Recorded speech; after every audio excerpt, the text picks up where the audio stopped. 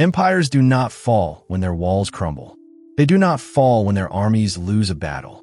They fall in the moment they begin to believe they are permanent. History's greatest paradox is this. Every empire is destroyed by the very forces that first made it powerful. From Rome to the Ottomans, from Britain to the Soviet Union, the downfall of empires is never a single event. It is a slow erosion, a quiet collapse that begins long before anyone notices. And by the time the world sees the fall, the foundation has already turned to sand. To understand why every empire eventually falls, we must travel back to the beginning, to the moment when power is born. Empires rise when they solve a problem no one else can. Rome solved security. Britain solved navigation. China's Han Dynasty solved administration. America solved global trade and financial stability.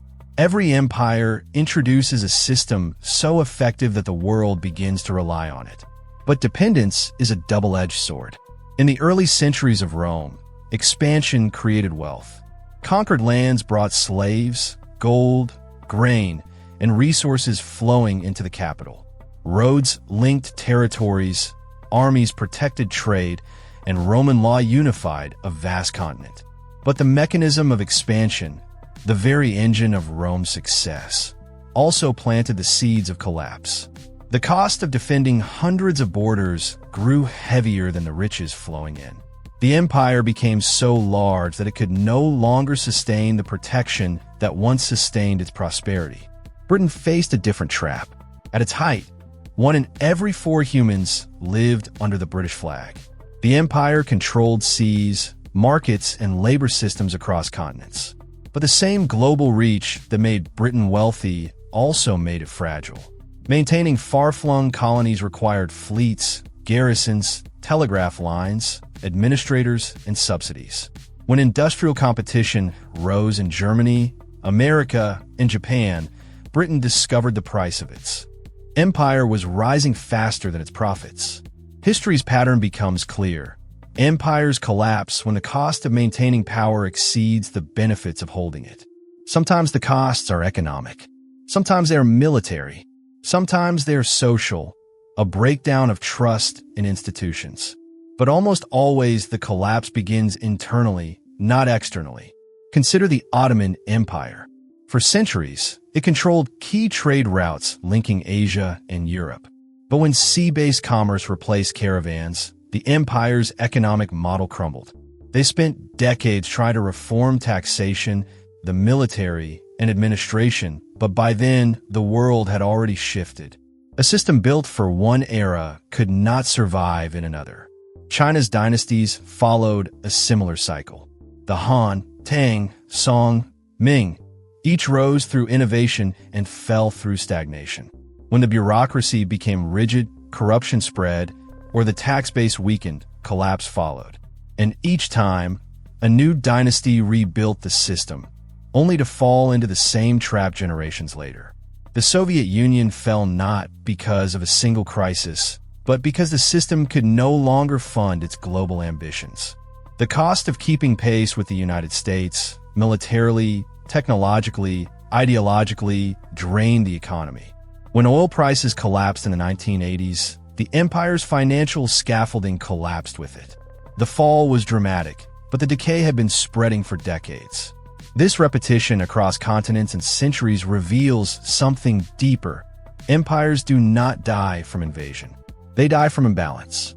The imbalance between expansion and resources, between ambition and capacity, between the world they built and the world that replaced it. And often, the final blow is psychological. When a society believes its dominance is inevitable, innovation slows. Institutions trop rigides. Leaders become reactive rather than strategic. Citizens lose trust. Economic systems stop adapting.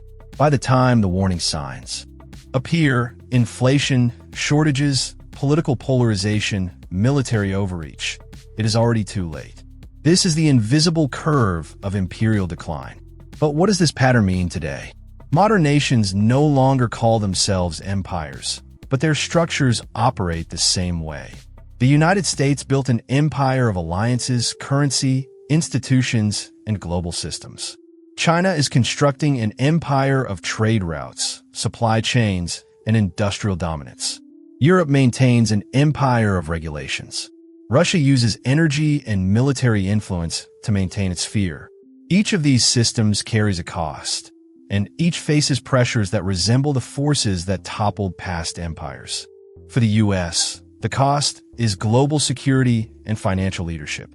For China, the cost is sustaining rapid growth and debt-driven infrastructure. For Europe, the cost is unity amidst economic divergence. For Russia, the cost is maintaining influence without economic depth. If history teaches anything, it is that an empire remains strong only as long as its core system stays aligned with the world around it. Rome fell when land stopped bringing wealth.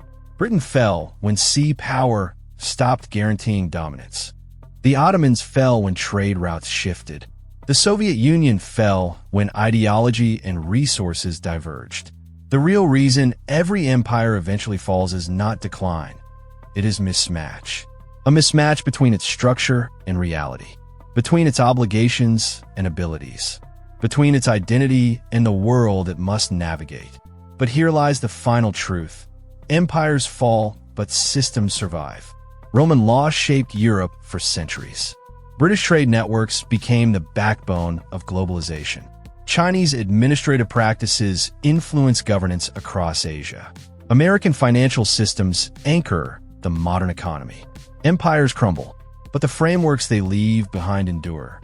Because while empires seek to control the world, systems outlive those who build them. And that is the ultimate irony. Empires fall, but their ideas become immortal.